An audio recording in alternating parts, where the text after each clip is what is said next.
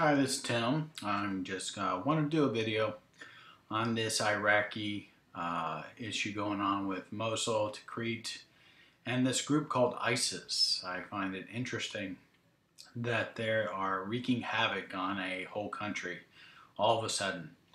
And the reports coming out is that this is a radical Al-Qaeda spin-off group that's even too radical for Al-Qaeda.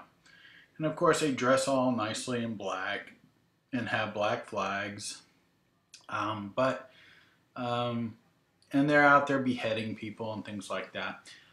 My point with all this is that it continues to promote the New World Order directive of perpetual war. And the reason that I don't like this story is that this group is called ISIS.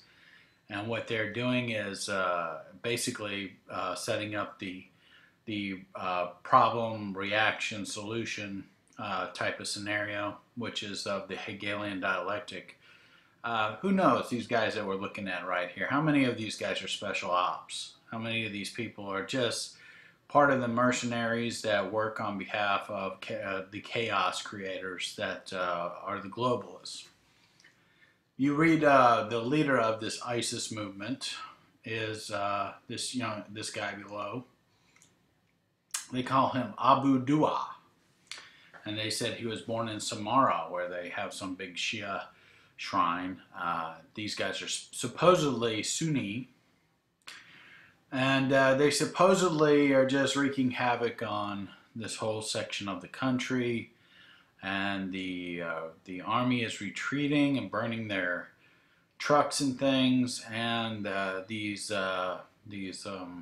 ISIS groups are taking whatever they capture militarily and giving it to their other ISIS comrades in Syria. So what we really see here is most likely a provocation for a renewed what I want to say, crackdown or a United States operation to solve this problem and restore order. And so I think what we're going to see is another spin-off into a Syrian conflict. And it kind of fits because we just saw Barack Obama give the green flag to a bunch of kids south of the border to get dropped off at the border, to overwhelm the border patrol and cause a state of emergency on the border. What's also interesting about this ISIS group is that if you read up on this this character here, they even call him. Let's see if I can find it for you. Let's see. The ex-preacher. Well organized and utterly ruthless. The ex-preacher is driving the force behind Al-Qaeda's resurgence through Syria and Iraq, putting it at the forefront of the war to topple President Bashar al-Assad. So we all know that Barack Obama is directly funding the what they call the FSA, the Freedom Syrian Army, to overthrow Assad. And of course, these Al-Qaeda elements have always been the ones who get the weapons, and they do whatever they want. So we're directly funding this guy, ISIS. And I want you to contemplate on this term ISIS and the New World Order and what is going on here. And I'm going to go and get another reference for you. I find it interesting that a radical Islamic group would actually be interested in calling themselves ISIS, considering that that is an Egyptian goddess, a feminine deity, and if you know the history of Islam and women, it's not very nice, and they don't really have a high opinion of females. So to call a group ISIS, who would benefit from that in this context of this New World Order? Well, we know that the Jesuits are part of the New World Order. We know we have a Jesuit Pope. And here we have some evidence hooking up Isis, Horus, and Set, the Egyptian Trinity.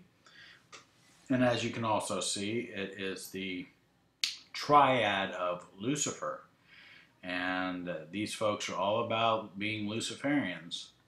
So, Ordo ab Chao, or Order out of Chaos, these reports out of Iraq seem to be very chaotic. So here we have ISIS, and we'll look at some of the symbolism for ISIS here. We have our triangle with Isis, Horus, and Set. Jesuit symbols, Masonic temples. We have some more interesting things here. Here we got the tree branch, the cross, and the sword. I just think what we're looking at is the special ops of the New World Order. Specially trained folks, just like the Muslim Brotherhood were the Nazi arm of the Arabs following World War II. And that's who Barack Obama was affiliated with and is affiliated with. And also his brother Malik, who is a member of the Muslim Brotherhood and the financial manager for them. So I just think we have another special ops trained terrorist force. This ISIS unit supposedly has Westerners in it, and that's what one of the reports says, which is another interesting thing. More Westerners. We just had the Berdahl fiasco with Obama and the Islamic claiming of the White House by Berdahl's dad. And now we have the southern border just totally overwhelmed because of Obama's direct violation of immigration law, encouraging youth to be dropped off there. And if we have Westerners in this ISIS terrorist group, we've had reports for years that there's Islamists down in Mexico coming across the border.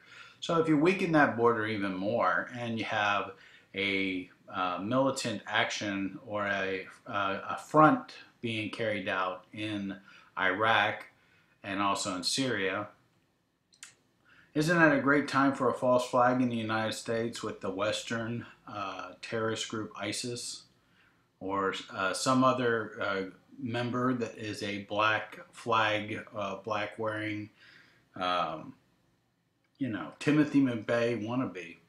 That's really what we're looking at. They're trying to say that they're trying to portray this military coming back as being the threat. They're putting out this Berdahl guy as a psyop on all of us to say that he went native, and that there's probably others that are going to go native. And we just saw in that report on that guy leading the ISIS units that he was what they said was a former preacher. So look at the direction these people are taking this. It's very shady. It's very pre-planned, and it's very much supported by the special operations services. And I don't trust anything that's coming out of the Western news concerning this. So I think you got the grounds for a false flag being set up for the United States because of the southern border problem and this terrorist outbreak in Iraq, and also a upping of our military influence back in taking on Syria to gain control to save everybody. So that's what I think is happening right now. I'll talk to you later.